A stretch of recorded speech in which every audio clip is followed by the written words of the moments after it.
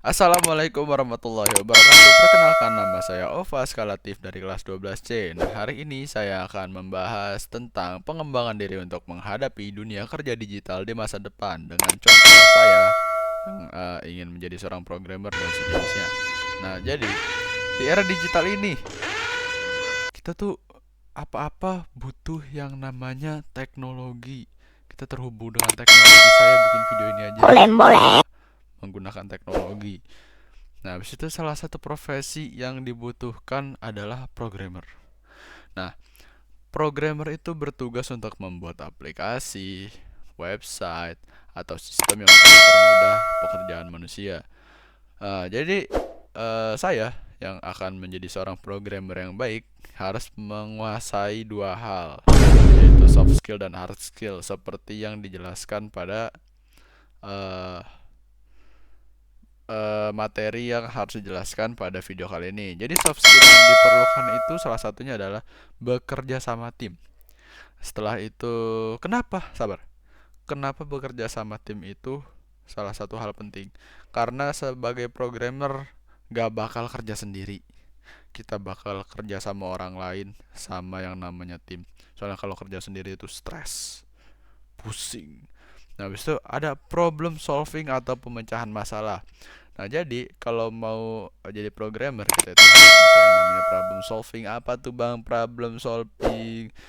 Nah, jadi kalau misalkan kalian ngoding, habis itu pas lagi ngoding ternyata ada masalah di codingannya. Nah, kalian nanti disuruh cari yang mana ya, yang mana yang salah. Kayak gitu. Habis itu juga misalkan nih klien klien Anda mengirimkan codingan ke saya misalkan. Pas dikirim, nah ternyata tuh dia errornya banyak. Nah, tuh di situ dah kita bisa melakukan pemecahan masalah untuk mungkin membuat ulang atau enggak merapihkan apa yang sudah dibuat oleh klien tersebut. Biasanya sih orang itu nggak mau diotak-atik maunya begitu, jadi kita harus iniin sendiri. Habis itu ada manajemen waktu agar bisa menyelesaikan tugas dengan baik. Ya pasti kalau misalkan dikirimin tugas sama klien, klien itu mau ada waktunya.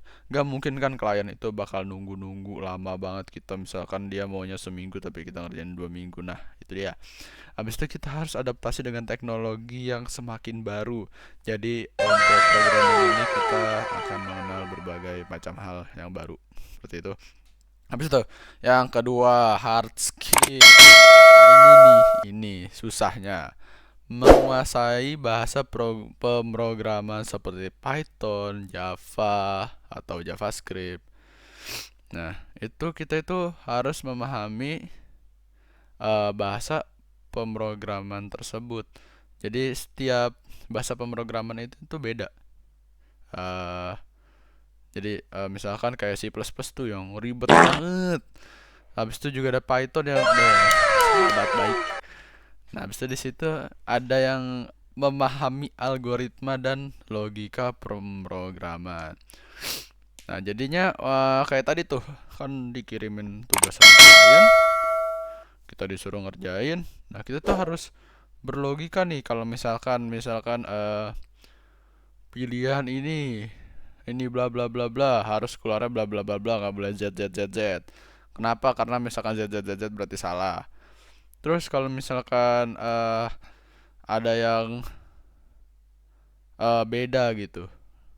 Nah, itu tuh salah karena tidak berlogika. Tidak. Habis itu kita mampu menggunakan tool seperti GitHub atau Visual Studio Code. Jadi saya uh, awal belajar coding tuh di Visual Studio Code. Habis itu juga di situ saya nyoba-nyoba banyak hal. Habis itu pernah dikirimin kayak nyoba-nyoba dari ChatGPT. Nah, codingannya. Habis juga ada teman saya Nawasus tuh dia ngirimin saya, WK cobain ini codingan bisa atau enggak. Nanti saya tunjukin ya codingannya gimana. Habis itu ada mengetahui cara mengelola database dan teknologi terbaru seperti AI. Jadi di Visual Studio Code tuh AI udah ada. Jadi kalau misalkan kebingungan nih, aduh bingung. Nah, aduh bingung, susah codingannya gimana?